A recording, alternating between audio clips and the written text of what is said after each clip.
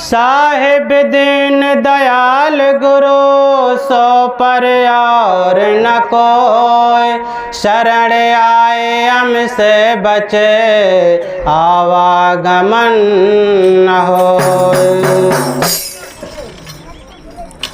आए दीन दयाल दया के नाय, आए दीन दयाल दया के ना, दया के नाव दया के नाय, आए दीन दयाल दया के ना, आए दीन दयाल दया के ना।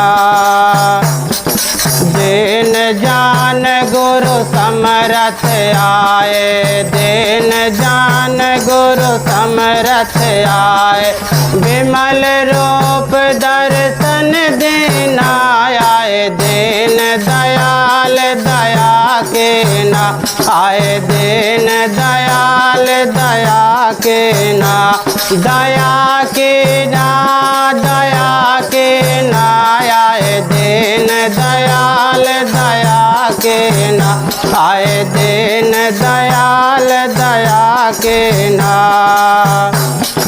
चरण धोए चरणामृत लेना, चरण धोए चरणामृत लेना, सिंहासन बैठक देना, आए दीन दयाल दया के ना, आए दीन दयाल दया के ना, दया के ना, दया के ना, आए दीन दयाल दया के ना, आए दीन दयाल दया के ना।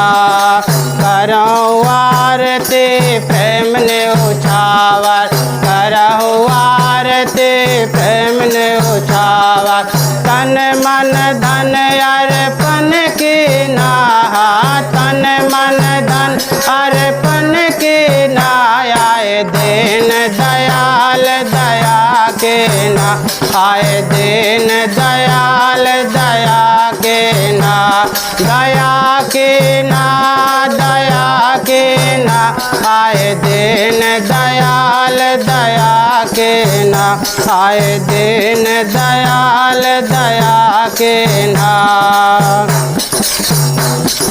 धर्म दास पर दया के ना, धर्म दास पर दया के ना, सार शब्द सुमिरन के ना, सार शब्द सुमिरन के ना, आए दीन दयाल दया के ना, आए दीन दयाल दया के ना, दया के ना, दया के ना, आए दीन दयाल दया के ना, आए दीन दयाल दया के ना, आए दीन दयाल दया के ना।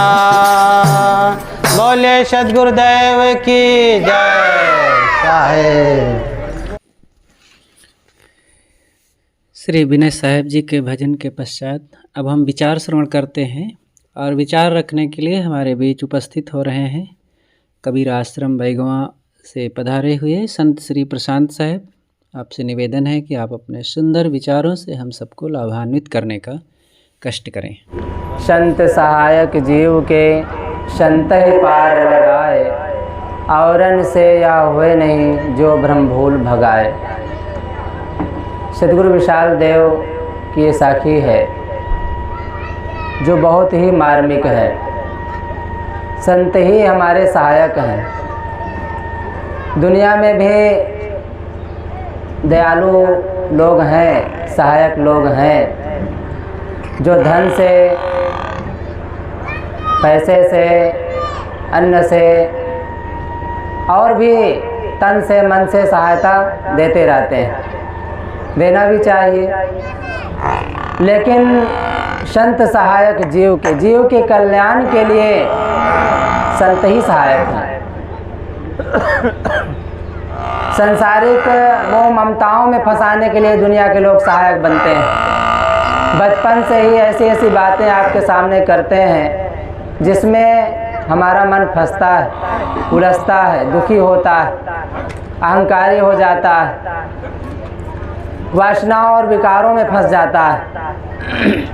लेकिन संत गुरुजनों की संगत ऐसी संगत है जिससे मन उपराम होता है, दुनिया से अलग हटता है, भक्ति करने का मन होता है, ज्ञान प्राप्त करने का मन होता है, शांत रहने का मन होता है, क्रोध छोड़ने का मन होता है, लोभ छोड़ने का मन होता है और प्रेम करने का मन होता है। अगर हम किसी से बैर करते हैं तो बैर छोड़ने का मन हो जाता है। अहंकार बस बैर विरोध में पड़े रहते हैं, उसे छोड़ने का मन हो जाता है। संतों की संगत में बड़ी ताकत है। दुनिया में आज जो बदलाव हुआ है, विनम्रता, सरलता और प्रेम के मामले में परिवार में जो स्वर्ग आया है वो संतों की संगत से आया है। जहाँ पर संतों की संगत नहीं है, गुरु से दीक्षा नहीं है, भक्ति नहीं है, ज्ञान नहीं है, विवेक नहीं है, वहाँ जा कर के देखो कैसे कटुता है, आपस में कैसे लोग रहते हैं। भाई भाई से नहीं पड़ती है, पिता पुत्र से नहीं पड़ती है, सास बहू से नहीं पड़ती है, पड़ोसी से नहीं पड़ती है, किसान किसान से नहीं पड़ता है, क्योंकि वहाँ पर वो सीख ही नहीं है।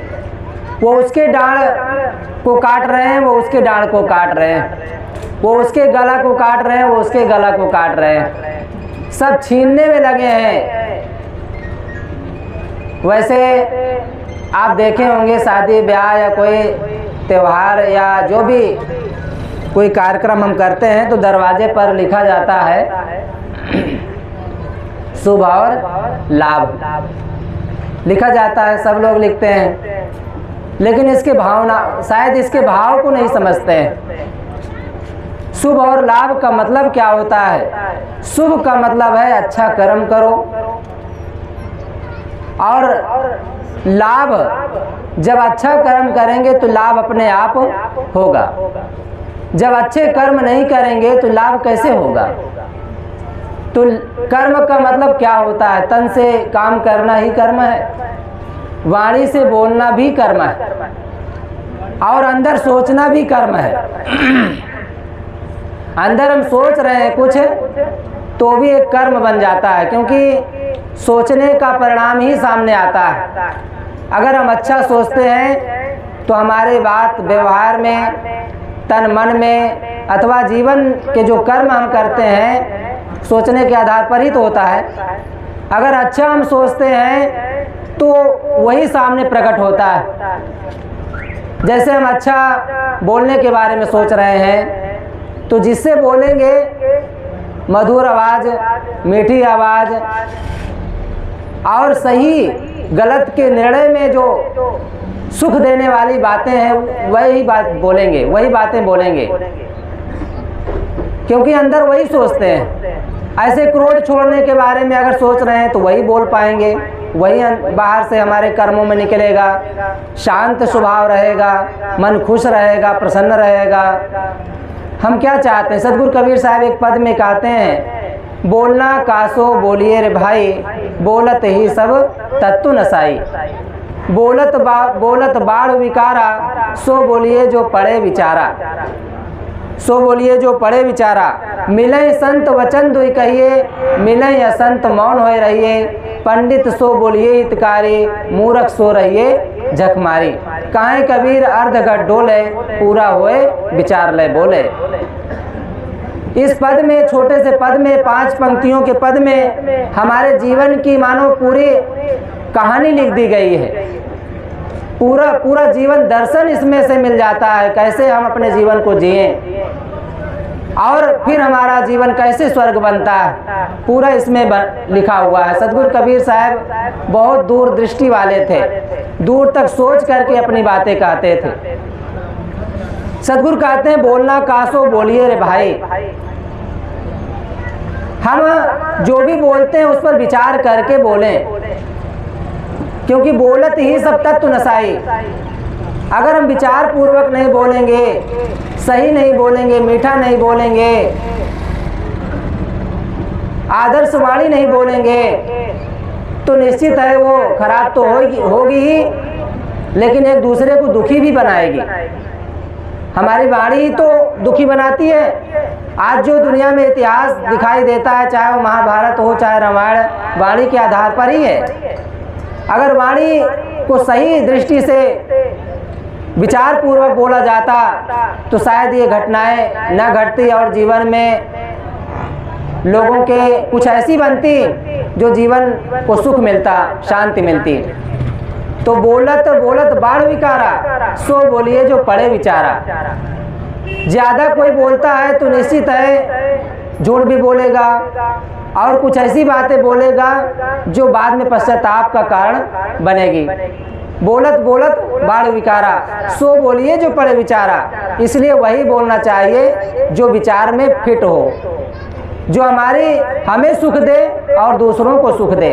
कागा काको धन हरे, कोयल काको दे, मीठी वाणी बोल के जग अपनों कर ले। कागा कौवा किसको धन देता है या कुछ सौंप देता है कि लो भाई हमसे। कागा काको धन हरे, किसका धन वो हर लेता है, फिर भी लोग उसे पत्थर मारते हैं। कोयल काको दे, और कोयल किसको धन दे देती है, फिर भी उसकी वाणी को लोग सुनना चाहते हैं। मीठी वाणी बोल के जग अपनों कर ले, मीठे वचन बोल करके। इसलिए सद्गुरु कबीर कहते हैं, ऐसी वाणी बोलिए मन का आपा खोए, और अन्न को शीतल करे आपो शीतल होए। ऐसी बात बोलना चाहिए जो हमारे हृदय को सुकून पहुंचाए और दूसरे के लिए भी सुकून का अनुभव कराए, सुख दे। इसलिए बोल तो अमोल है जो कोई बोले जान, ये तराजू तौल के तब मुखबार आन। साहब कहते हैं कोई भी बात आप बोलते हैं तो विचार पूर्वक बोले, क्योंकि वो बात जो निकल जाने के बाद, जैसे कमान से तीर निकल जाती है तो लौट करके नहीं आती है, इसी प्रकार हमारे मुख से जो बातें निकलती है वो लौट कर नहीं आती है। अगर हम गलत बोलेंगे तो हमारे पश्चाताप और दुख का कारण बनेगी, और सही बोलेंगे तो हमारे भाई बंधुओं परिवार को जोड़ देगी और प्रेम पैदा कर देगी और घर को हरा भरा बना देगी, स्वर्ग बना देगी। मिले संत वचन तो ही कहिए। अगर संत मिलते हैं तो उनसे दो बातें कर लो, सत्संग कर लो, उनके पास बैठ करके उनके कुछ मंत्र सुन लो, ज्ञान उपदेश सुन लो, क्योंकि उनकी संगत सौभाग्य से मिलती है। दुनिया की संगत अपने आप मिल जाती है, बिना किए मिल जाती है। आप बाजार जाएंगे लोग मिलेंगे, आप सब्जी खरीदने जाएंगे लोग मिलेंगे, आप घर परिवार में अगल बगल रास्ते में चलेंगे लोग मिलते रहेंगे। वो संगत अपने आप बनी है, उसे बनाना नहीं पड़ता है। लेकिन संतों की संगत हमें बनाना पड़ता है, संतों की संगत में जाना पड़ता है। संतों की संगत में जो सुख मिलता है, जो बातें मिलती है, हमारे जीवन को स्वर्ग बनाता है, हमारे जीवन को सुकून पहुंचाता है, हमारे जीवन में कुछ ऐसी रोशनी, ऐसा प्रकाश पैदा कर देता है जो हमारा जीवन विवेक से भर जाता है और हम खुशियों से भर जाते हैं। मिले संत वचन दुहि कहिए, मिले असंत मौन होए रहिए। जहाँ असंत मिल जाएं, कुसंगी लोग मिल जाएं, गलत दृष्टि वाले मिल जाएं, गलत लोग मिल जाएं, ऐसे लोगों के सामने मौन रहने में ज़्यादा लाभ होता है। अगर आप उनसे बोलेंगे तो निश्चित दुखी होंगे, क्योंकि आपका जो बोला हुआ शब्द बेकार तो जाएगा ही, लेकिन आपके अंदर कुछ ऐसा दुख पैदा हो जाएगा, पश्चाताप पैदा हो जाएगा कि कहाँ से हम इनसे मिल गए और कहाँ से बातें कर लिए। इसलिए अगर असंत मिल जाते हैं तो उनसे थोड़ा से दूर रहना चाहिए, मौन हो जाना चाहिए। मौन रहने में ही भलाई है। पंडित सो बोलिए हितकारी, मूर्ख सो रहिए जकमारी। साहब यहाँ पंडित का कितना आदर करते हैं। पंडित सो मिलिए हितकारी। पंडित अगर मिलते हैं, पंडित का मतलब विद्वान, ज्ञानी, समझदार, सज्जन, अगर हम उनसे मिलते हैं तो हित की बातें कुछ करें। अक्सर लोग मिलते हैं तो कुछ इधर उधर की चर्चा करते हैं जिसमें फ़ायदा कुछ होता नहीं है, समय बर्बाद होता है। इसलिए ऐसे विद्वानों के पास, ज्ञानियों के पास, सज्जनों के पास बैठें तो कुछ हितकारी बातें करें और अपने जीवन का काम बनाएं, कल्याण करें। मूर्ख सो रही है झकमारी, मूर्ख से तो बिल्कुल मौन हो जाएं, उदास हो जाएं, दूर हो जाएं। इसका मतलब उनसे बैर पालें ऐसा नहीं है, बैर भी नहीं, क्योंकि कबीरा खड़ा बाजार में लिए लुआटी हाथ, कबीरा खड़ा बाजार में सबकी मांगे खैर, जो घर जा रहे सबकी मांगे खैर, ना काहू से दोस्ती ना काहू से बैर, ना किसी से दोस्ती रखना है और ना ही बैर। ऐसे लोगों से तो दोस्ती करना ही नहीं है। किसी ने कहा कि फलाने का बच्चा कैसा हो सकता है, तो उसने उत्तर में कहा कि कोई उसकी संगत मुझे बता दे कि वो किसके पास ज़्यादा बैठता है, मैं बता सकता हूँ कि वो कैसा इंसान है, कैसा बच्चा है।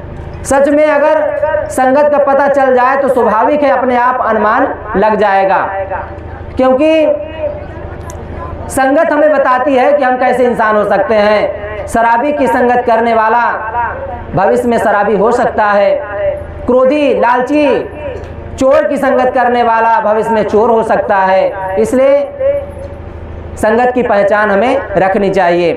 तो मूर्ख से रहिए झकमारी, मूर्ख से बिल्कुल अपने मन को मार करके वहाँ से दूर हो जाना चाहिए। कहाँ कबीर अर्ध गड्ढोल है, पूरा होए विचार ले बोले। सदगुरु कबीर साहब कहते हैं जिसका ज्ञान, जैसे घड़ा में पानी कम होता है तो ज़्यादा बोलता है, छलकता भी है,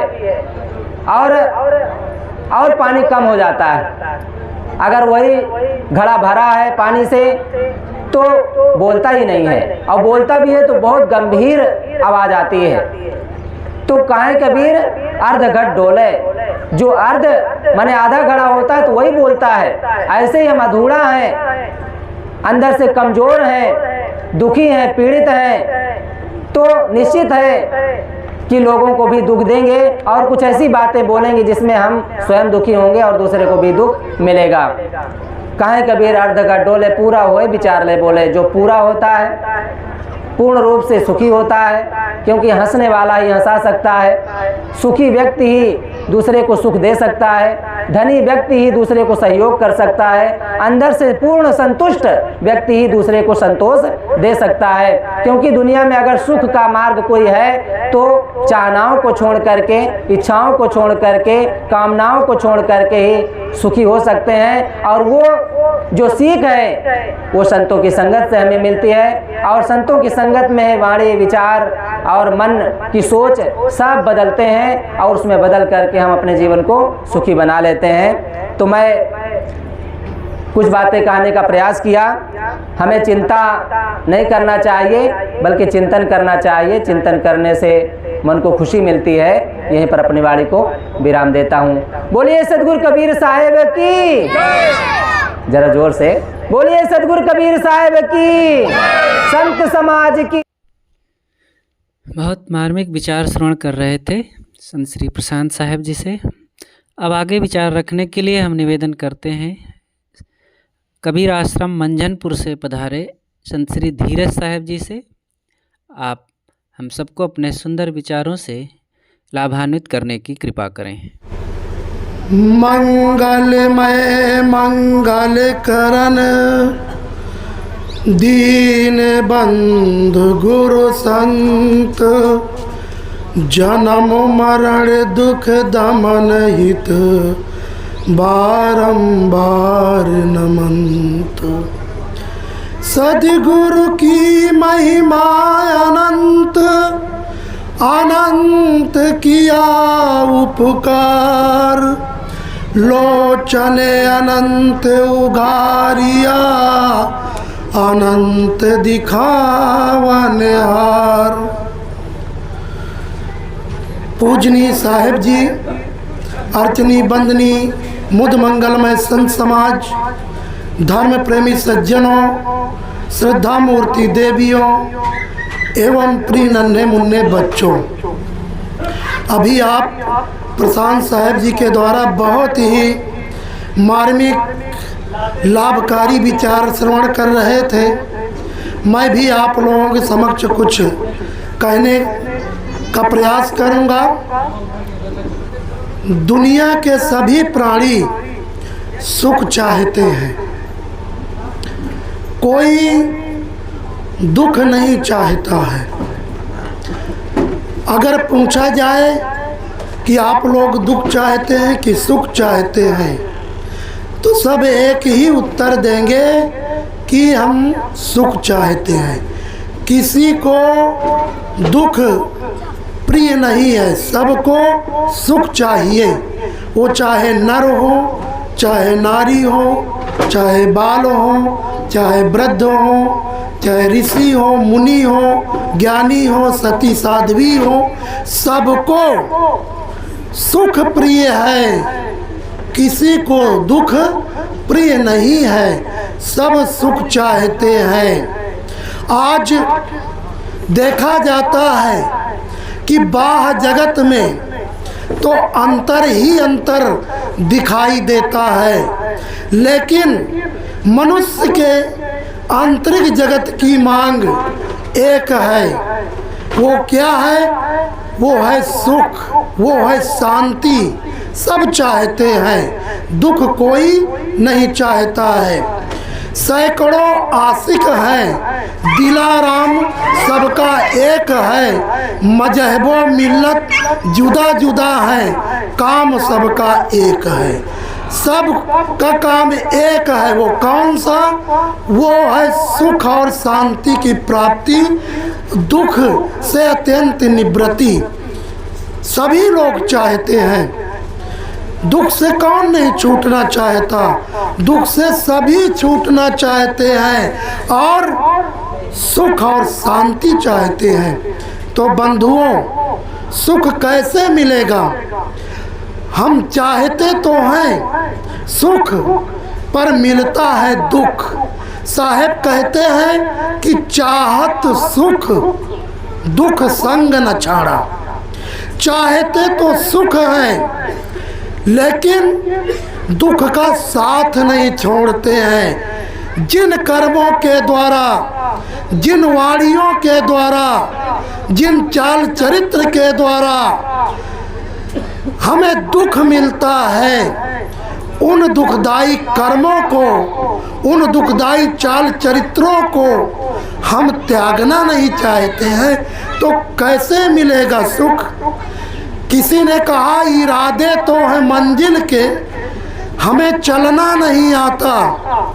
इरादे तो हैं मंजिल के, हमें चलना नहीं आता। हमें कहना तो आता है मगर करना नहीं आता। हमें करना नहीं आता है, तो हमें दुख, सुख और शांति कैसे मिलेगी? उसके लिए हमारा कर्म ठीक होना चाहिए, हमारा चरित्र ठीक होना चाहिए, हमारी रहनी गहनी ठीक होनी चाहिए, हमारा खान पान ठीक होना चाहिए, हमारा व्यवहार ठीक होना चाहिए, हमारी वाणी ठीक होनी चाहिए। तब हमारे जीवन में सुख मिलेगा, शांति मिलेगी। क्योंकि दुख का कारण ये, कटुवाणी ही तो दुख का कारण है, लड़ाई और झगड़े का कारण है। अभी प्रशांत साहब जी कितना सुंदर ये वाणी के विषय में बता रहे थे। ये वाणी के कारण ही, कटुवाणी के कारण ही इतना बड़ा महाभारत हो गया। केवल द्रौपदी ने एक छोटा सा वाक्य ही कहा था कि अंधे के अंधा ही पैदा होता है। बस इसी शब्द को लेकर के दोनों परिवार में, कौरव और पांडवों में कितना बड़ा युद्ध हुआ। शायद आज उतना बड़ा युद्ध नहीं देखा जा रहा है। तो इस तरह से हमें कटुवाणी का त्याग करना चाहिए। तो हम चाहते तो सुख है, पर मिलता दुख है। दुख क्यों मिलता है? इच्छाओं के द्वारा, कामनाओं के द्वारा, चाहनाओं के द्वारा ही तो हमें दुख मिलता है। इसलिए हमें इच्छाओं, कामनाओं, चाहनाओं, आशा तृष्णा का त्याग करना होगा। जब तक हम आशा तृष्णा के पीछे भागते रहेंगे, जब तक हम चाहनाएं कामनाओं के पीछे भागते रहेंगे, दौड़ते रहेंगे, तब तक हमको सुख मिलने वाला नहीं है। क्योंकि ये आशा तृष्णा इच्छा कामना ही दुख का कारण है। साहेब कहते हैं कि जो तू चाहे मुझको छाड़ सकल की आस, अब मुझ ही ऐसा होए रहो, सब सुख तेरे पास। साहेब कहते हैं कि अगर तुम मुझको चाहते हो, पाना चाहते हो, तो छाड़ सकल की आस, सबकी आशा भरोसा छोड़ दो और मुझ ही ऐसा होए रहो, मेरे समान निष्काम हो जाओ, तो सब सुख तेरे पास। एक दो सुख नहीं, सभी प्रकार का सुख तुमको प्राप्त होगा। इसलिए ये आशा ही दुख का कारण है। कबीर साहब ने कितना सुंदर कहा।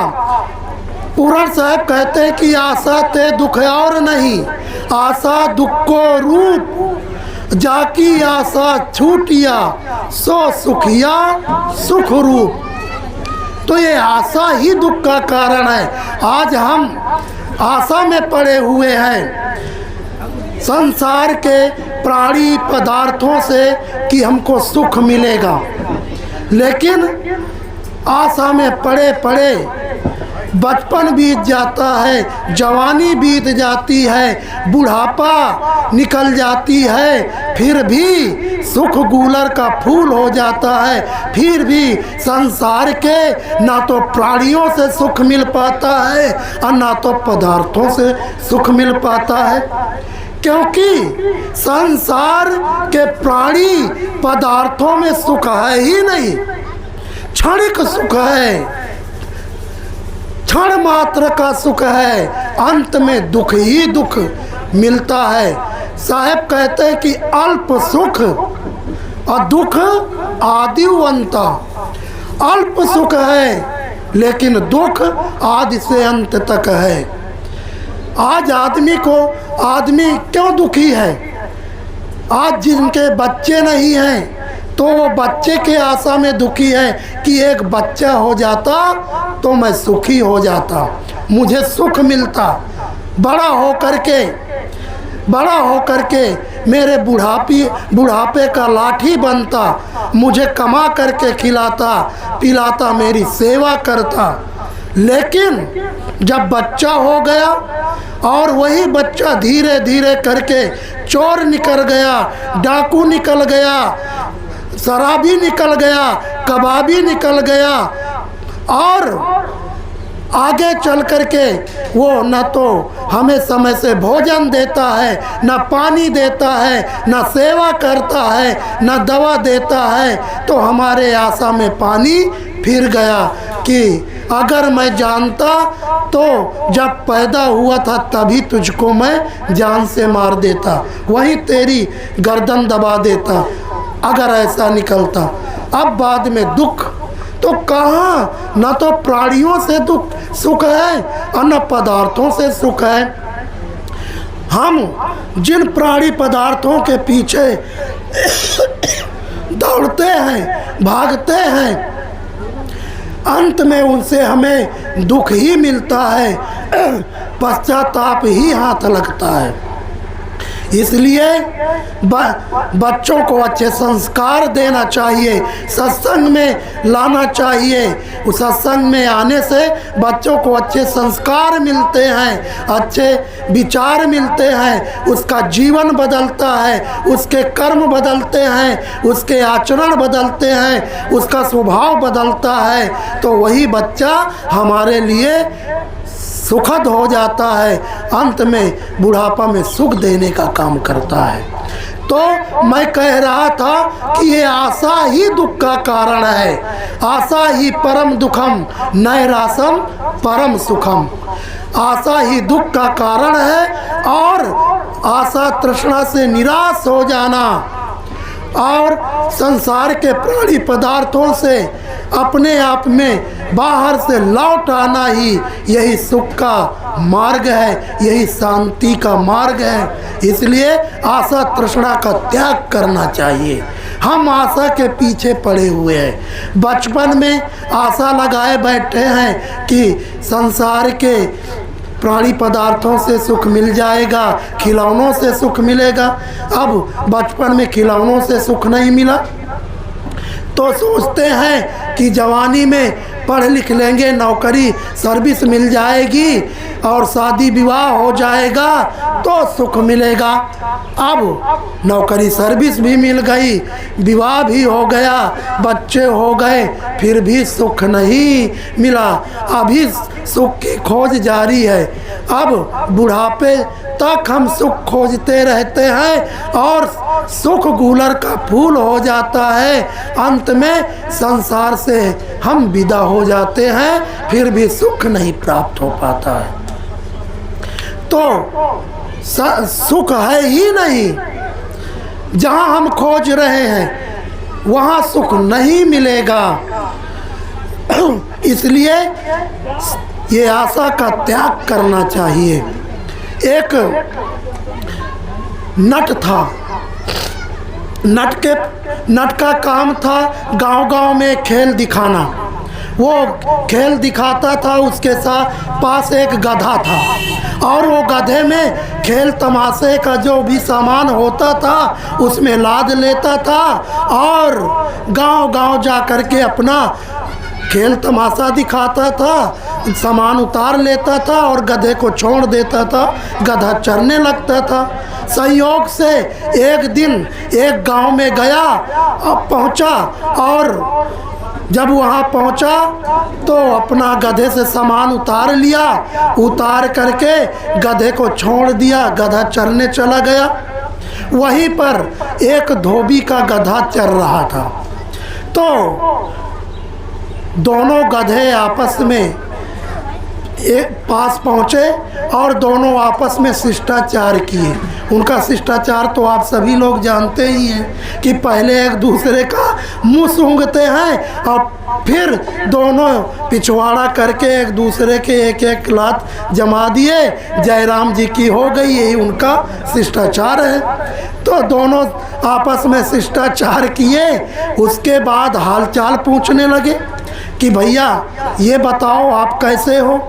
उसने कहा कि अब मेरा धोबी का गधा ने कहा नटके गधे से कि भाई अपना हाल चाल बताओ, कैसे हो, बड़े दुबले पतले हो, कुछ खाते पीते नहीं हो क्या, क्यों इतने दुबले पतले हो, कुछ रोग है क्या तुम्हारे, कोई दुख है क्या।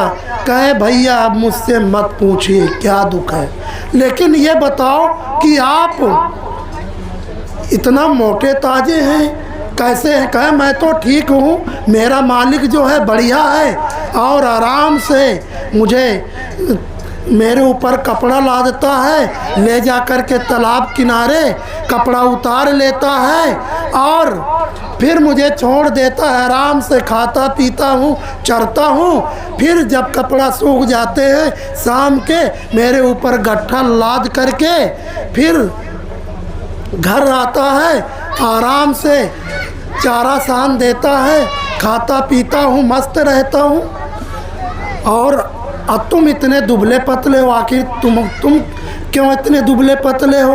उसने कहा कि क्या बताऊँ, मेरा मालिक जो है ठीक है, अच्छा है और मुझे खाने पीने को सब देता है, लेकिन मेरे पास एक आशा लगी रहती, उसी आशा में मैं पड़ा रहता हूँ। कहे कौन सी आशा। कहे मेरे मालिक के पास एक जवान लड़की है और जब वो खेल दिखाता है दोनों तरफ बांस गाड़ देता है और उस बांस में बांस गाड़ देता है और उसमें रस्सी बांध देता है और उस लड़की को कहता है कि लड़की इस रस्से पर चढ़, और लड़की रस्से पर चढ़ जाती है और कहता है कि चल इस रस्सी पर, अगर इस रस्सी से गिर गई तो मैं तेरी शादी इस गधे के साथ करवा दूंगा। तो कहे मेरा मालिक ऐसे कहता है, तो कहे बस उसी आशा में मैं पड़ा रहता हूँ कि कब वो रस्सी से गिरेगी और कब मेरी इसके साथ शादी होगी। तो ऐसे ही वो जैसे गधा आशा में पड़ा रहता है कि कब मेरी शादी होगी, कब गिरेगी, कब शादी होगी, ठीक इसी प्रकार से हम संसार के प्राणी और पदार्थों में सुख को खोजते हैं कि कब इनसे सुख मिलेगा, कब सुख मिलेगा, लेकिन फिर भी सुख नहीं मिल पाता है और जीवन समाप्त हो जाता है। न किसी की इस संसार में ना इच्छा की पूर्ति होती है, न कामना की पूर्ति होती है, न चाहनाओं की पूर्ति होती है। बस इच्छाएं कम, चाहनाएं, कामनाएं अधूरी की अधूरी रह जाती है, जीवन पूरा हो जाता है, जीवन समाप्त हो जाता है, फिर भी सुख और शांति नहीं मिल पाता है। इसलिए बंधुओं, हम सबको चाहिए, हाँ ये भौतिक जीवन मिला है तो ये जीवन को पा करके हमको धन की ज़रूरत है और पदार्थों की ज़रूरत है, रुपया पैसे की ज़रूरत है, रहने के लिए मकान की ज़रूरत है, ये नकारा नहीं जा सकता है। लेकिन इन सब के साथ साथ मेहनत पुरुषार्थ करते हुए हमें अध्यात्म की ओर ध्यान देना चाहिए। संसार के प्राणी पदार्थों की ओर से लौट करके अंतर्मुख हो तो वो सुख, वो शांति, वो साम्राज्य हमको मिल जाएगा। हम सदा के लिए शांति का अनुभव करेंगे और सुख से, अमन चैन से जीवन जिएंगे। बस इन्हीं शुभकामनाओं के साथ मैं वाणी को विराम दूंगा। बोलिए सद्गुरुदेव की जय।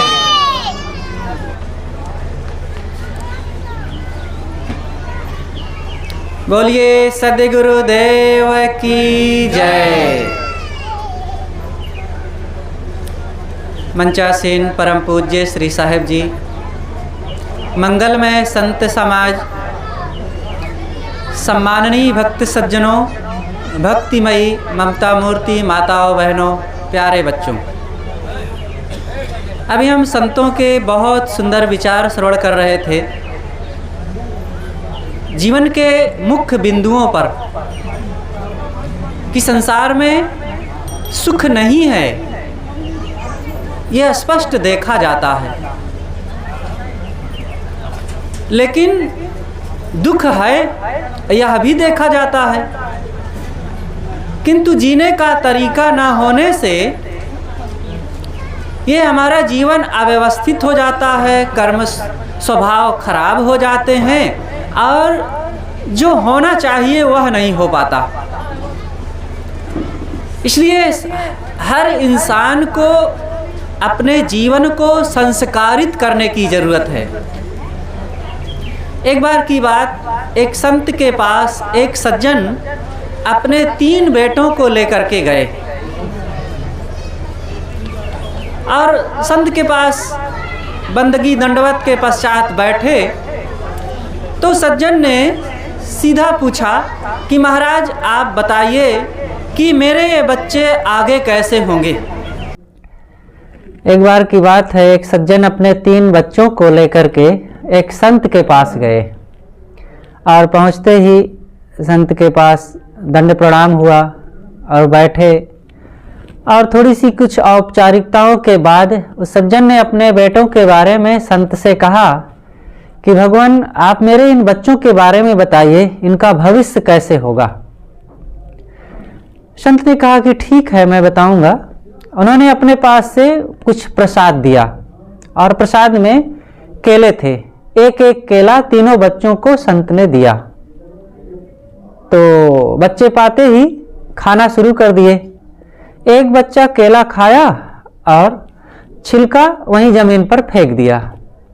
दूसरा बच्चा केला खाया और छिलका को ले जा करके वहीं कूड़ेदान में डाला और तीसरा बच्चा केला खाया और छिलका को ले जा करके पास में बंधी हुई एक गाय को खिला दिया। आए और खाने के बाद फिर तीनों बच्चे फिर खेलने लगे। बच्चे अभी छोटे थे, कोई 6 साल का था, कोई 4 साल का, कोई 3 साल का, बस ऐसे ही थे। और तीनों बच्चों को खेलते हुए देख करके संत ने फिर उनके पिता से कहा कि देखो, इन तीनों बच्चों में एक बच्चा जो जमीन में छिलका फेंक दिया केला खाने के बाद, वो तो महामूर्ख होगा, क्योंकि वो केवल अपना स्वार्थ साध लिया, अपना काम कर लिया और केला खा लिया। उसके बाद अब उसको दूसरे से कोई मतलब ही नहीं है।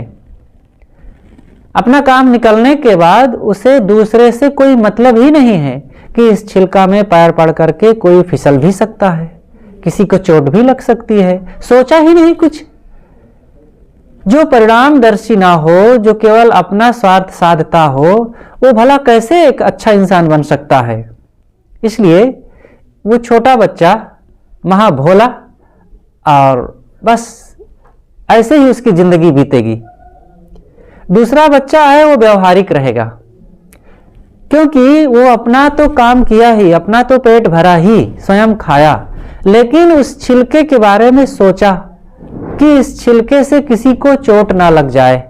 ऐसा सोच करके वो कूड़ेदान में डाल दिया, कदाचित कोई का पैर पड़े और फिसल सकता है। तो एक अच्छा है, वो व्यवहारिक रूप उसका रहेगा और अच्छे ढंग से ये जीवन को जिएगा।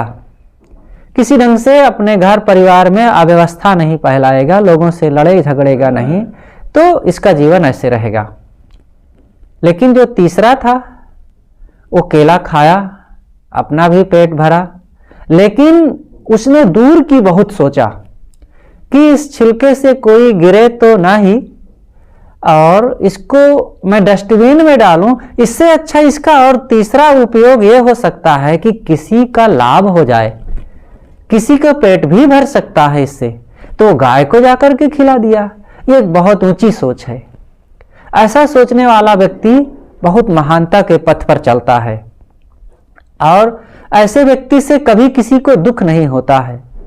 ऐसा व्यक्ति सबको प्रेम, प्रसन्नता, सौहार्दता और सद्भाव देता है, सेवा करता है और वो सबका सम्मान पाता है और अपने आप में भी आत्मसंतुष्ट होता है। तो महात्मा जी ने एक केले से उन तीनों के भविष्य का अंदाजा लगा लिया कि इन तीनों का आने वाला समय कैसे होगा, इनका स्वभाव कैसे होगा, इनका जीवन कैसे होगा। क्योंकि होनहार विरवान के होत चीकने पात, लोगों के स्वभाव, गुण और उनका आने वाला जीवन कैसे होगा वो थोड़े से भी अंदाजा लगाया जा सकता है। इसलिए हमें अपने बच्चों के बारे में ये केवल धन, रुपया, पैसा, जमीन, दुकान, नौकरी और उनकी डिग्रियों के बारे में ही नहीं सोचते रहना है, बल्कि यह भी सोचना है कि इनका भविष्य कैसे होगा। और अच्छे भविष्य के लिए अच्छे संस्कार की जरूरत है, और अच्छे संस्कार तब बनेंगे जब वे अच्छी संगत में रहेंगे। उनको केवल प्यार देते रहना, चीजें और सुविधाएं देते रहना, अच्छी अच्छी खान पान, पहनने ओढ़ने की सामग्री से संपन्न करते जाना, ये उनके सुखद भविष्य का परिणाम नहीं है, बल्कि उनको प्यार स्नेह के साथ साथ, सुविधाओं में रखने के साथ साथ वर्तमान में उनको अच्छी संगति दिलाया जाए, महापुरुषों की जीवन आदर्श कहानियां बताया जाए, त्याग तपस्या की बातें बताई जाए, व्यवहारिक बातें बताई जाए, समाज में कैसे जीना चाहिए ये बातें भी बताई जाए। यहाँ अनेक प्रकार के अच्छे बुरे लोग मिलेंगे, उनके साथ कैसे एडजस्ट किया जाए ये भी बताया जाए।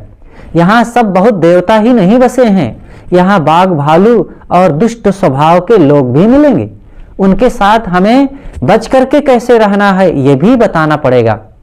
और अच्छे लोग होंगे, उनके साथ बैठ करके कैसे अच्छी बातें सीखा जाए ये भी बताना पड़ेगा।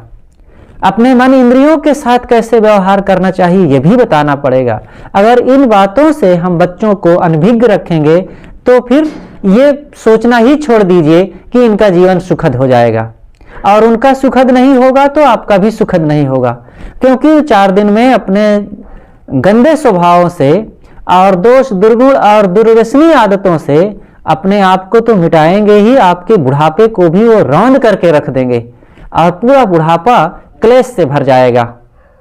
इसलिए अभी आपके हाथ में है आपका और आपके बच्चों का भविष्य। अगर उसको सुधारने के लिए सोचते हैं तो आज से ही हम सोचें और उसके लिए कदम उठाएं। और प्रथम कदम यही है कि वर्तमान में अच्छी संगति और अच्छे लोगों के पास स्वयं बैठे उठे और इनको भी ले जाएं।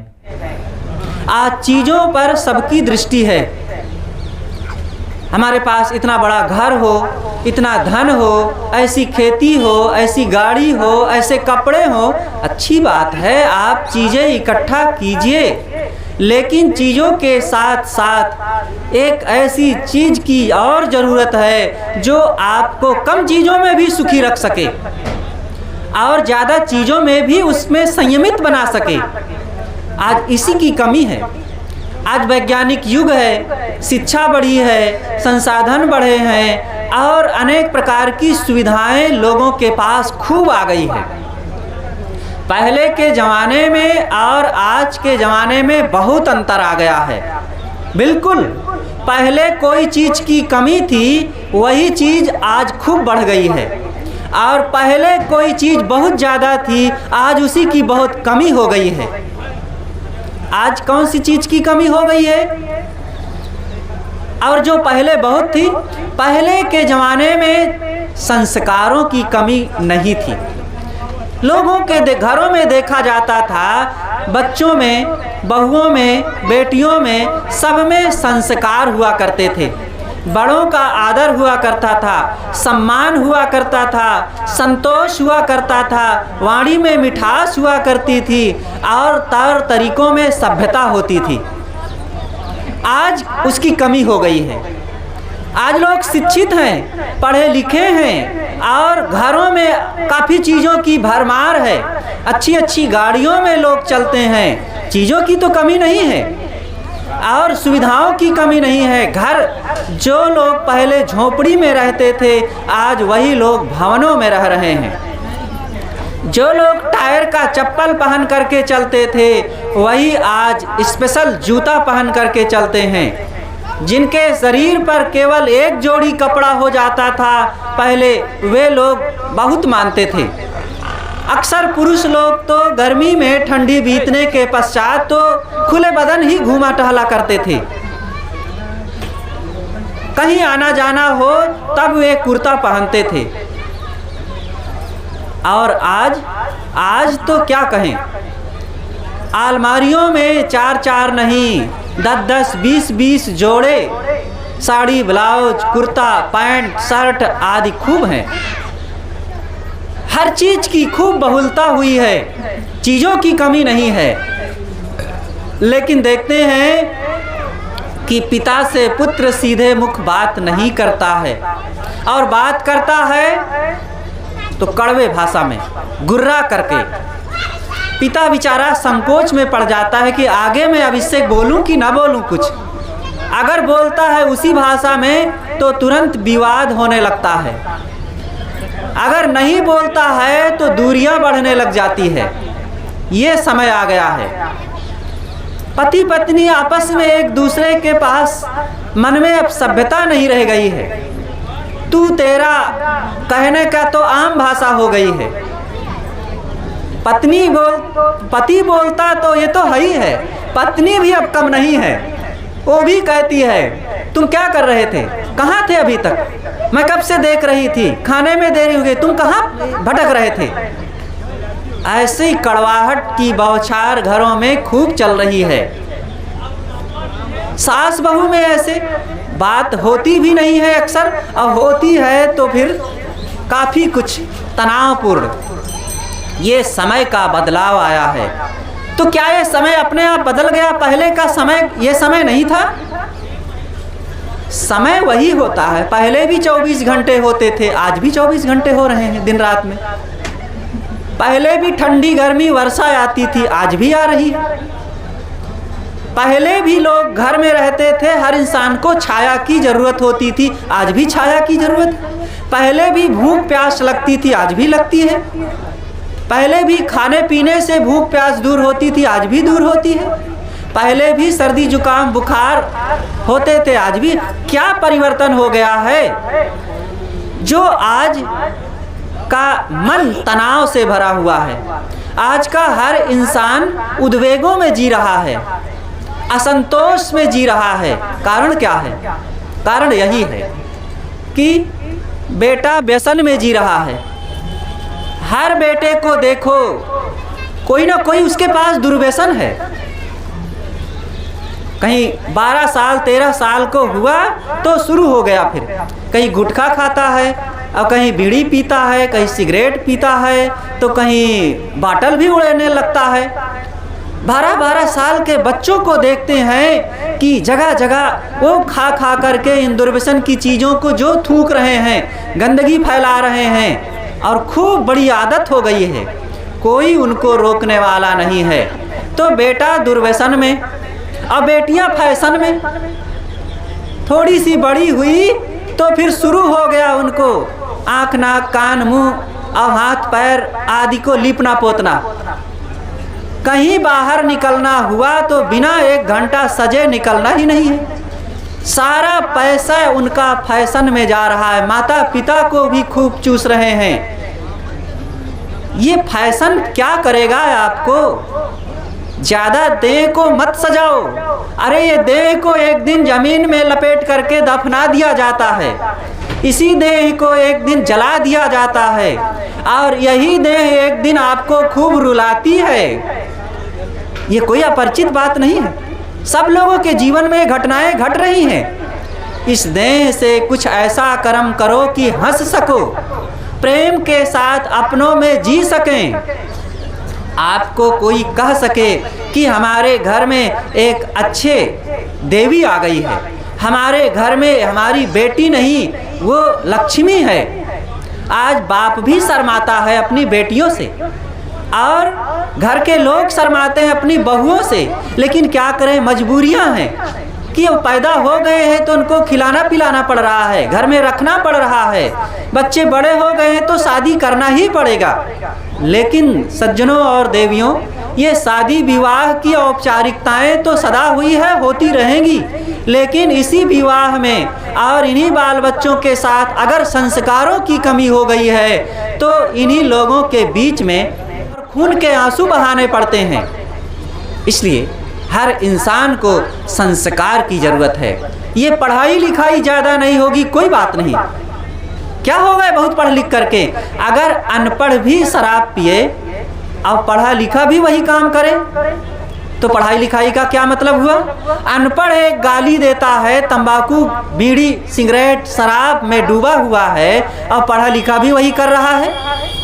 अनपढ़ अपमान के भाषा बोलता है, असभ्यता पूर्वक बोलता है अपने ही घर परिवार में, और पढ़ा लिखा भी वही गुर्राहट की भाषा बोल रहा है। तो क्या हो गया पढ़ा लिखा होने के कारण? इसलिए सज्जनों, हम सब लोग अपने अपनी सभ्यता संस्कृति और मर्यादाओं पर ध्यान दें। अपने अपने बच्चों को ये बात सिखाइए कि बेटा मनुष्यों की कीमत है। आज मिट्टी की कीमत है, पत्थर की कीमत है, कागज़ की कीमत है, लकड़ी की कीमत है, बिजली और पानी की कीमत है, गैस और तेल की कीमत है, लेकिन कीमत नहीं है तो केवल मनुष्य की कीमत नहीं है। जिधर देखो उधर मनुष्यों का अपमान हो रहा है। पढ़ा तो रहे हैं लोग, लेकिन वह विद्या पढ़ाई जा रही है कि जिसको पढ़ करके मनुष्य मनुष्य नहीं रह जाता है, जानवर बन जाता है। आप सरकार के आशा में ना रहिए, उसके भरोसे ना रहिए कि सरकार हमारे बच्चों को पढ़ा करके एक सभ्य इंसान बना देगी। सरकार तो तुली हुई है कि हमारी गद्दी बनी रहे और हमारी जनता एक पशु बनी रहे, ताकि इन पशुओं से हमें वोट लेकर के उनको हम पशु की तरह जिलाने के लिए मजबूर करते रहें। उनको शराब पिलाएंगे और उनको चारा खिलाएंगे। चारा का मतलब क्या हुआ? चावल, 5 रुपया किलो चावल सस्ते में। आप सस्ता सौदा मत लीजिए, मेहनत करिए, कमाइए, और चाहे खेती से पैदा करके खाइए, चाहे खरीद करके खाइए, महंगा खाइए। अच्छा खाइए लेकिन संस्कारी बनिए। सरकार को शराबी समाज बनाने के लिए मजबूर मत कीजिए ये सस्ता के चक्कर में पड़ करके। इसलिए सज्जनों और देवियों, हम लोग अपने जीवन में एक ऐसी कुछ व्यवस्था लाएं कि जिससे हम स्वयं खुशहाल रहें, परिवार खुशहाल हो और जिस समाज और राष्ट्र में जी रहे हैं वह समाज और राष्ट्र एक सभ्य राष्ट्र और समाज बन सके। राष्ट्र ये धरती राष्ट्र नहीं है। अगर धरती राष्ट्र होती तो चंद्रमा को भी राष्ट्र कहना चाहिए। वहाँ लोग नहीं है, उसको तो राष्ट्र नहीं कहते हैं। राष्ट्र, इस राष्ट्र में रहने वाले मनुष्य होते हैं और मनुष्यों में अगर जीने का ढंग नहीं है, मनुष्यों में अगर संस्कृति सभ्यता नहीं है, मनुष्यों में अगर प्रेम मानवता नहीं है, तो ये राष्ट्र यहाँ धन दौलत, ईंट पत्थर और जंगलों, ईंट पत्थरों का जंगल हम तैयार करके रहने लग जाएंगे तो क्या हो जाएगा। आज बड़े बड़े नगरों में खूब ईंट पत्थर के जंगल तैयार हो रहे हैं और उन जंगलों में जानते हैं कौन रहते हैं? शेर, बाघ, भालू, चीता रह रहे हैं। एक ने एक बार पूछा कि साहब आज जंगलों में जानवर दिखते ही नहीं हैं, बाघ, भालू, शेर, चीता। कहने वाले ने कहा आज वो सारे बाघ, भालू, शेर, चीता सब ईंट पत्थर के जंगलों में, बस्तियों में आ गए हैं। वो क्रूर स्वभाव अपना करके और लड़ाकू, झगड़ालू, शराबी, कबाबी बन करके गांव बस्तियों में रह रहे हैं तो क्या होगा। इसलिए हम सब लोग एक अच्छी सभ्यता और समाज में जीने का तरीका और अच्छा स्वभाव अपना करके हम अपने जीवन को खुशहाल बनाएं, अच्छे विचार अपनाएं और अच्छे स्वभाव और अच्छी आदतों को अपना करके हम एक नया जीवन, नया स्वभाव और नई आदतों वाला इंसान बन करके हम मनुष्य को मनुष्य बनना, जीना सिखाएं। इसलिए हम सबको एक अच्छे विचार, अच्छे स्वभाव वाला इंसान बनने की ज़रूरत है। तो हमारे बीच पूज्य साहेब जी विराजमान हैं। आपसे विनम्र निवेदन है कि आप अपने कल्याणकारी विचारों से हम सबको लाभान्वित करें और यहाँ पर आप सबसे निवेदन है कि थोड़ा वातावरण को शांत रखें।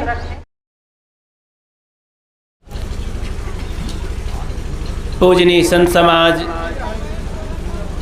धर्म प्रेमी सज्जनों, श्रद्धा मूर्ति देवियों, प्यारे बच्चों, ये कार्यक्रम सत्संग समागम है, साथ साथ कुछ व्यवहारिक कार्य भी जुड़ा है, वो भी हो जाएगा और आप सबको समय से भोजन पानी भी मिल जाएगा। इसलिए मन को स्थिर करके हमें बैठना है। सत्संग का भरपूर लाभ, जैसे आप किसानी करते हैं तो उचित भूमि देखते हैं, बीज देखते हैं, समय देखते हैं, माहौल देखते हैं, ऊपर नीचे देखते हैं ज़मीन कैसी है, आकाश में कहीं बादल तो नहीं मंडरा रहे हैं, नहीं बीज मारी हो जाए, बोते बोते ही गर्जना चालू हो, बारिश हो जाए तो गेहूँ चला जाए जिस फसल को बो रहे हैं। और यही उचित है। किसानी का मतलब है कि सब समझ बूझ करके बीज डालना। तो क्या हम ऐसे ही बीज डाल दें सूखी मिट्टी में, खरपतवार में? इतना कीमती बीज ऐसे ही उड़ेल दें जगह जगह? मेहनत भी जाए, बीज भी जाए, समय भी बर्बाद हो, सब जगह सूखा पड़ा है। आप जैसे सोचते हो, कभी कभी कानों से सुनते हैं कहीं कोई साधु बाबा नहीं है, ज्ञान की नहीं चर्चा होती, धर्म कर्म सब बेकार है। केवल ऐसा सुनने से काम नहीं बनेगा। खोजो, खोजना पड़ता है, मेहनत करनी पड़ती है। एक संत आदमी खोज रहे थे, दिन में ही मसाल कहा जाता है। कबीर साहब ऐसे खोजने वाले होते हैं, और कौन खोजेंगे। या कबीर को जानने वाले, कबीर के अनुयायी तो मशाल लिए खोज रहे थे। वो भी दिन में। पूछने वालों ने पूछा, बाबा जी क्या कर रहे हो? कहन बेटा आदमी खोज रहा हूँ। लोगों को बड़ी चौंक हुई, आश्चर्य हुआ। दिन में और वो भी मशाल, वो भी आदमी आ जा रहे हैं सड़क पर और ये खोज रहे हैं आदमी। कैसे आदमी हैं महाराज? आदमी दिखते नहीं हैं, ये सड़क पर जो आ जा रहे हैं, कहीं इनमें कोई आदमी नहीं है। ये कैसी बातें कर रहे हैं? कहे मैंने कई लोगों से पूछा भी, तो कोई तिवारी है, कोई चौबे हैं, कोई चौधरी हैं, तो कोई त्रिपाठी हैं, कोई डॉक्टर हैं, तो कोई मास्टर हैं, कोई आदमी नहीं दिखता है। तो उनकी समझ में आया कि वास्तव में कोई आदमी नहीं है। और जैसे वही हाल होता है, अलियावत सौ कोस से लेन सुमन की वास, दादुर रस जाने नहीं रहे सुमन के पास। दूर से भंवरा आता है सुगंधी लेने सैकड़ों कोस से, लेकिन मेढक होता है वो फूल के नीचे जड़ में घुसा रहता है। वो मेढक को सुगंधी नहीं मिल पाती है। तो इंसान बनने के लिए बड़ी मेहनत पड़ती है, सुखी बनने के लिए मेहनत पड़ती है। आप जब कोई काम करते हो कहते तो बहुत मेहनत पड़ी है भाई। अरे भाई, रोग बुलाते हो जान करके, दुख बुलाते हो जान करके, पीड़ा बुलाते हो, दुश्मनगी बुलाते हो, सब कुछ जान बूझ करके आदमी बुलाता है। कहा जाता है द्रौपदी जब छोटी से थी, द्रौपदी का नाम सुने होंगे, घर के पड़ोसिन का नाम चाहे ना जानते हो, पर द्रौपदी का नाम जानते हैं सब लोग। ये देवियाँ भी जानती हैं।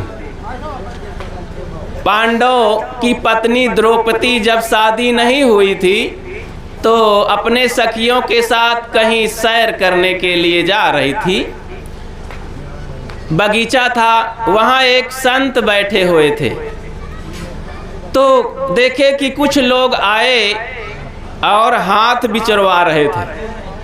तो कोई अगर विचारते हुए देखो तो मन हो जाता है हम भी जरा देखें हमारा भाग्य कैसा है। हाथ में रेखा देख करके सोचते हैं बाबा जी ज्योतिषी साहब बता देंगे। आज भी पढ़ लिख करके लोग इस भ्रम में पड़े रहते हैं, उनके बुद्धि का दिवाला निकल गया है। तो हाथ से काम करना चाहिए, हाथ दिखाना नहीं चाहिए। करनी करो करनी करके, सरनी करो सरनी करके। कर माने हाथ होता है, इससे अच्छे अच्छे काम करो, माता पिता गुरुजनों की सेवा करो, इस हाथ से मेहनत करके कमाई करो, दान धर्म करो, गरीबों की, दुखियों की, संतों गुरुजनों की, माता पिता सहायों की सेवा करो, तब ये हाथ पवित्र होता है। पंजाब की घटना है, गुरु नानक साहब सिखों के जो गुरु हैं, संत सबके गुरु होते हैं लेकिन सिखों में ज़्यादा प्रचलित हैं। पंजाब में आप जाइए देखिए, अभी कुंभ मेला में गए होंगे, सिखों के लंगर चलते हैं, भंडारे, उसको भंडारा कहते हैं। इतना सेवा करते हैं, बना बना के केवल खिलाना है। वे कहते हैं कि सत्संग तो मोबाइल से भी सुन लेंगे, जाके सगल सुन लेंगे, सभा में सुन लेंगे, सब सुनते ही हैं।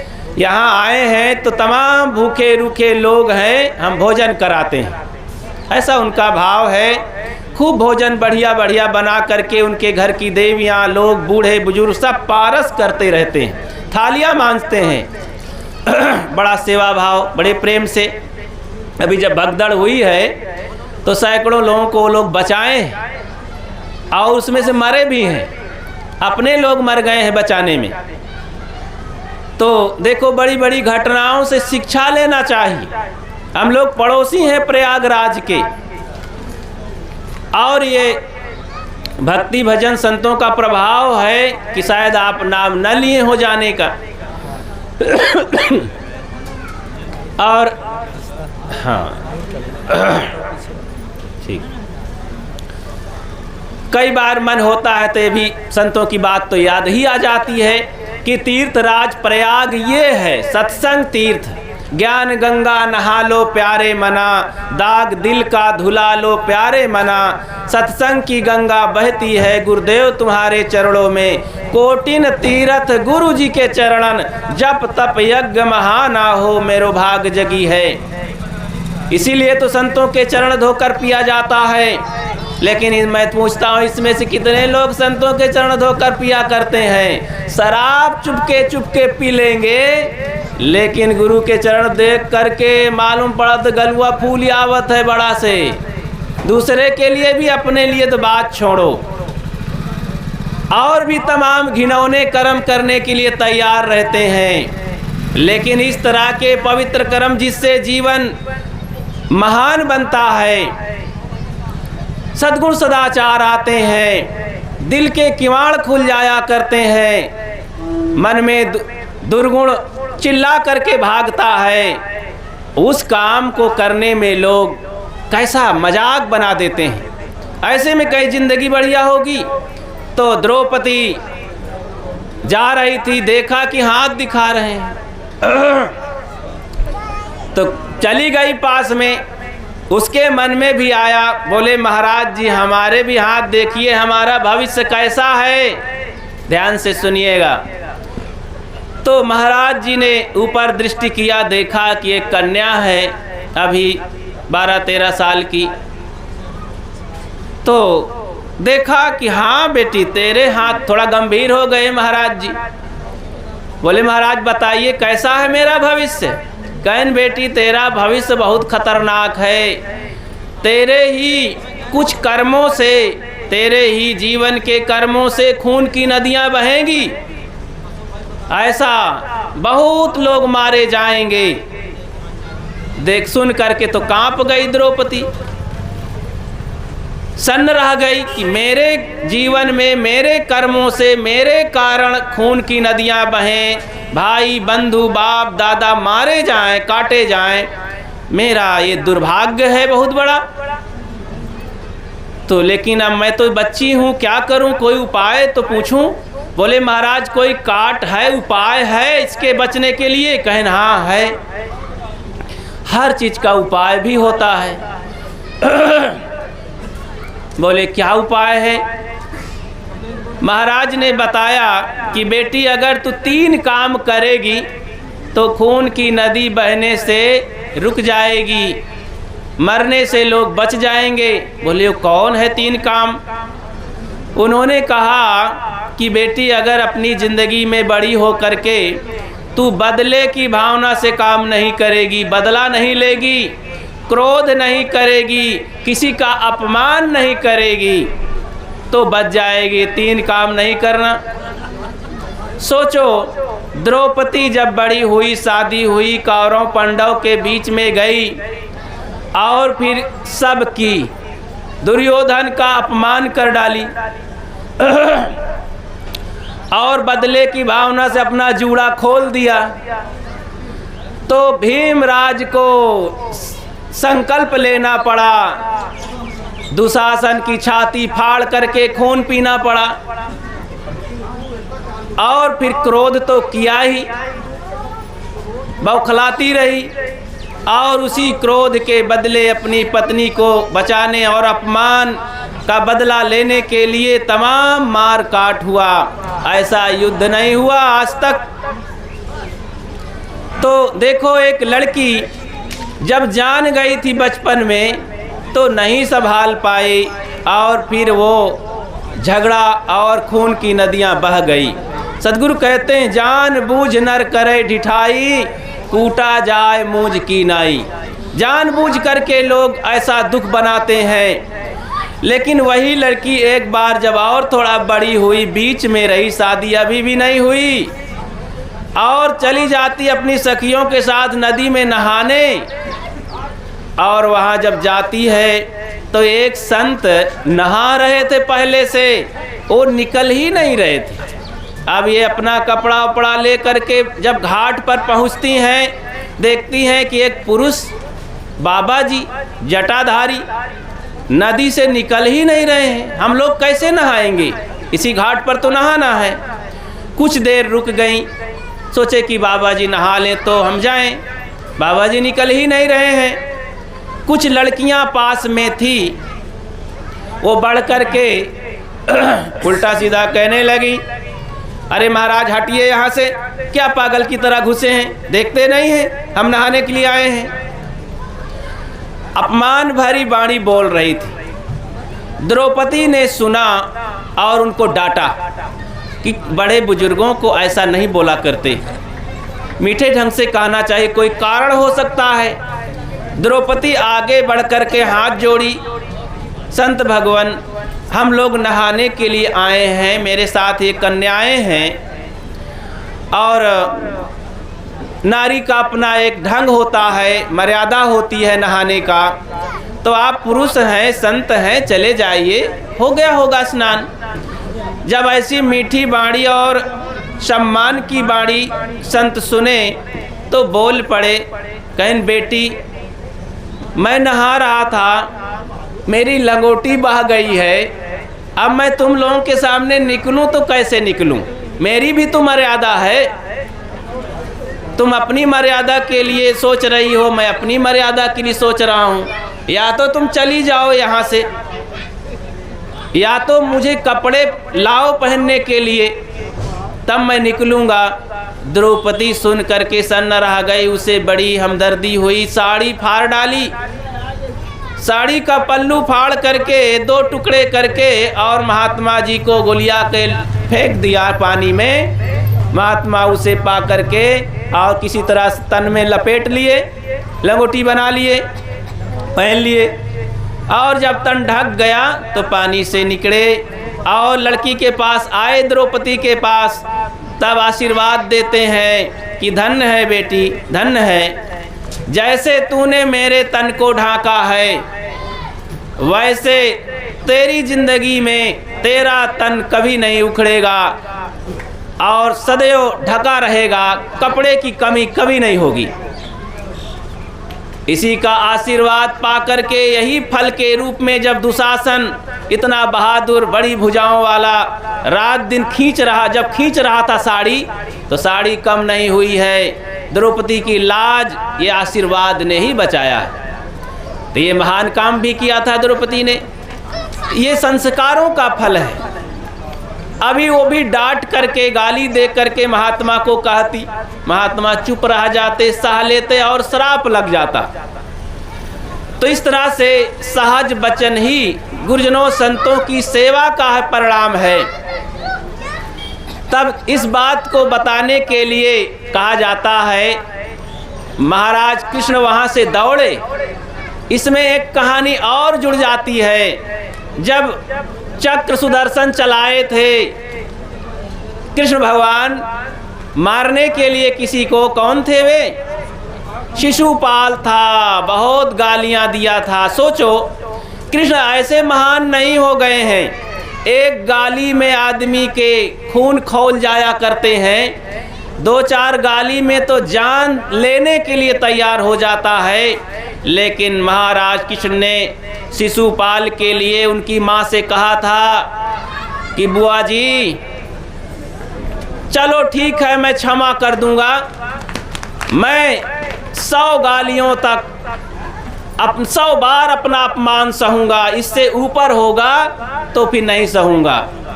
शिशुपाल ने सैकड़ों गालियों से ऊपर गाली जब दिया तो सहा नहीं गया और कृष्ण ने अपना चक्र सुदर्शन चला दिया। उसी समय चक्र सुदर्शन उनकी अंगुली में लग गया, कट गया। तो द्रौपदी थी वहीं कहीं और तुरंत अपनी साड़ी को फाड़ा, और भाई लगते थे महाराज कृष्ण, और उनकी अंगुली में बांध दिया। तो कृष्ण ने वहाँ आशीर्वाद दिया कि इसके बदले में कई गुना कपड़ा अब तुम्हें मिलेगा। और तुम्हारा भी दुख दर्द समाप्त होगा। तो इसके लिए नंगे पैर कृष्ण महाराज भागे। जब वो दुशासन खींच रहा था, उनकी पुकार जब सुने तो कृष्ण नंगे पैर भागे, जूता चप्पल भी नहीं पहरे, और जा कर के वहाँ लाज बचाई। बड़े बड़े युद्ध और बहादुर लोग वहाँ बैठे रह गए और कोई लाज बचाने के लिए नहीं आए। कुछ आदर्श कहानियाँ हैं ये, भले ही ऐसा घटना घटी कि नहीं घटी, लेकिन शिक्षाएं मिलती हैं, कुछ यथार्थ बातें होती हैं, कुछ आदर्श की कहानियाँ होती हैं। उन शिक्षाओं से अपने जीवन को सुधारा जाता है, बनाया जाता है, गढ़ा जाता है। जैसे कुछ सुख मार्ग से और कभी दुख मार्ग से भी शिक्षाएं लिया जाता है। अपने जीवन के बुरी घटनाओं से भी, अपने जीवन के अच्छी घटनाओं से भी शिक्षा लेकर के जीवन को सुधारा जाता है और बदलाव लाया जाता है।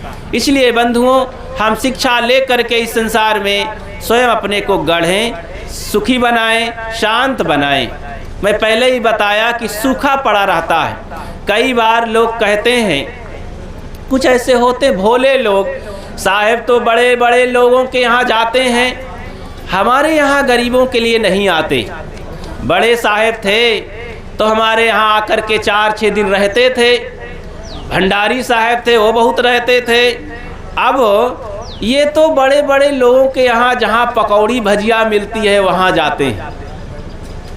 ठीक है भाई, जैसे आप ऐसा सोचते हो, हमारा भी ऐसा कुछ सोचना रहता है कि जब कई बार जाकर देख लिए और ऊसर बंजर हो गया है सब, वहाँ कोई बात बड़ी से बड़ी कहो तो कोई फर्क नहीं पड़ता है। वहाँ बोने से क्या होगा? जहाँ कुछ ज़मीन दिखाई देती है अच्छी, वहाँ बीज डालने का मन होता है और वो खेत बुलाता भी है, उसी में कल के फसल भी दिखाई देती है। अब इतनी मेहनत करके किसी के घर जाओ तो कोई वैल्यू नहीं। उनके घर बाप दादा, चाचा दादा, फूफा जीजा आ जाएंगे तो उनके समर्पण में वो जान लगा देंगे। साधु महात्मा पहुंच जाएंगे तो घर की बहू बेटियां भी घूंघट काढ़ के भीतर भागेंगी। बुढ़िया इतनी बरस 100 बरस की हो गई, कहती चल उधर महाराज आए हैं, काहे को यहाँ बैठने आती है। और फिर तम्बाकू के लिए कहो, शुद्धता सफाई के लिए कहो, अरे महाराज आदत है, तो आप क्या कहने लगे, कुछ अच्छी बात सुनाइए। अब अच्छी बात क्या उनको सुनाओ? जब उनके शुरुआती बुनियादी बात कहो तो उसमें मानने को राजी नहीं, कायर कुचर बने हैं, तो क्या आशा की जाए कि बड़े होकर के और अच्छी बात सुना करके हम कुछ उनसे मिलेगा? भूमि बनकर दिखाओ तो बीज तो है ही है, सब बढ़िया खेती होगी। अरे बम्बूल भी अच्छी बीज में भूमि में पैदा होता है, खराब भूमि में नहीं पैदा होता है। इसीलिए अपने भूमिका बनाओ, स्वभाव अच्छा बनाओ। स्वभाव बनाने में मेहनत पड़ती है। सबसे बड़ा आदमी, अच्छा आदमी कौन है? जिसका अच्छा स्वभाव होता है। कहाँ कबीर सोई बड़ा जामे बड़ा स्वभाव। तो नमन क्षमन और दीनता सब सो आदर भाव, कहाँ कबीर सोई बड़ा जामे बड़ा स्वभाव। अपने स्वभाव में विनम्रता लाएं, क्षमालु बने, सेवक बने और मेहनती बने, शुद्धता सफाई पसंद करें, बच्चों को संस्कारी बनाएं, अपने को बढ़िया बनाएं। क्योंकि 4 दिन की ये ज़िंदगी है, सब लोग जानते हो कि मर जाना है। कितने लोग देखो अभी कुंभ मेला में सुनते हैं, ना सुनते हो कोई तो सुन ले। इसमें सबकी गलतियां हैं, सरकार की गलती नहीं है। अपने सोचो पहले कि पाप कहाँ होता है। ये सत्संग असली तीर्थ है, इसमें आने से सब शर्माते हैं। बैठने में समय नहीं है, बहुत अकाज है, शांत वातावरण नहीं है।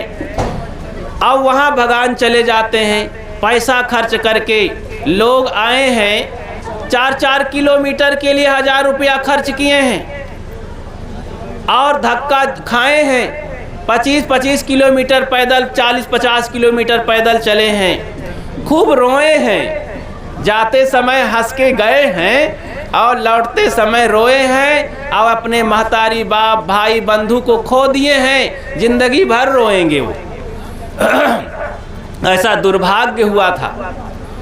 और ये सब हो करके भी लोग अभी भी भगवान चले जा रहे हैं अमृत स्नान करने के लिए। अरे ये अमृत स्नान है सत्संग, जीव का जहाँ कल्याण की बातें होती हैं वो अमृत स्नान है, अमृत वर्षा है, अमृत ज्ञान है। अमृत कहते हैं आत्मा को, अमृत कहते हैं शरीर को। ये शरीर मर जाता है, अमृत आत्मा है जो कभी नहीं मरता है। तो आत्मा के कल्याण की जहाँ चर्चा होती है, बात होती है, आचरण होता है, वहाँ अमृत स्नान, अमृत वर्षा होती है।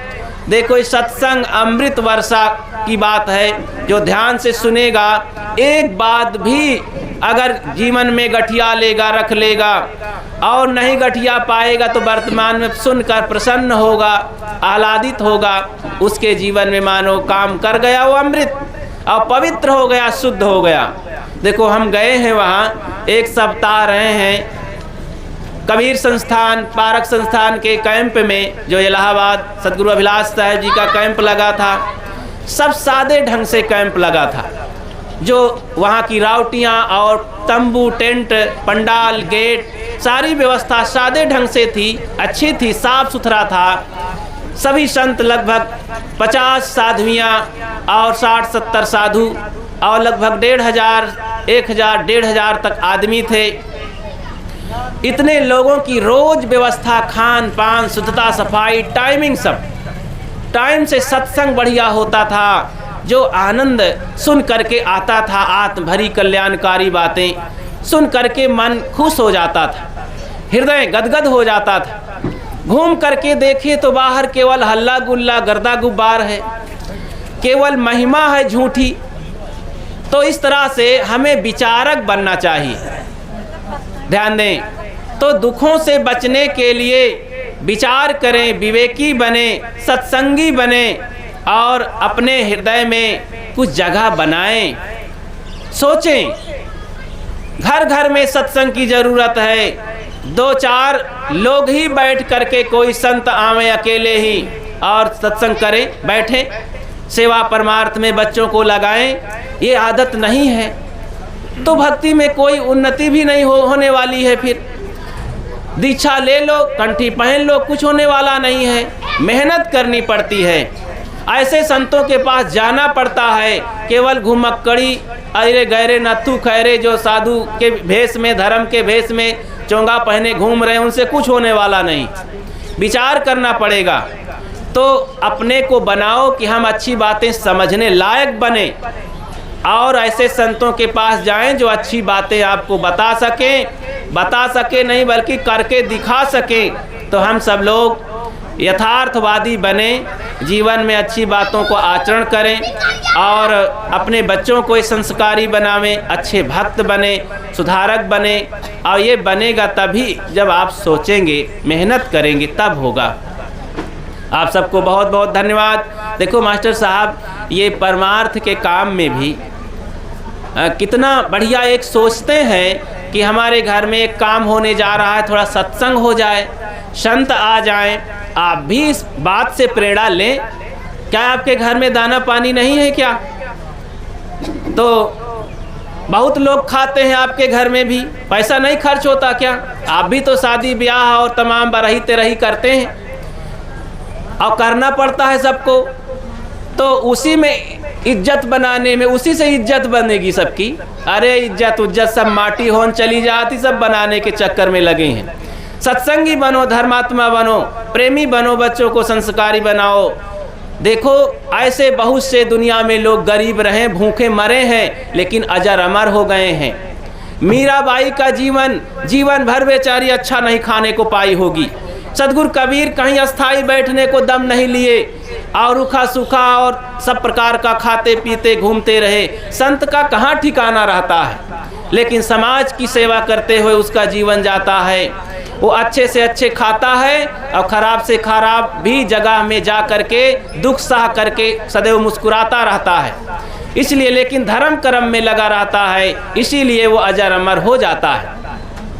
और लोगों के हृदय में बस जाता है। इसलिए हम सब केवल 4 दिन के नाम के चक्कर में न पड़ें, अनादिकाल और लोगों के हृदय में बसने के लिए काम करें। आप सबको बहुत बहुत धन्यवाद। अपनी वाणी को यहीं विराम देता हूँ। बोलिए सद्गुरुदेव की जय, संत समाज की जय, भक्त समाज की जय। सत्संग में जब तक बैठे वहाँ तो बिल्कुल सोचे कि बस ये संतों की जगह। करिए आप।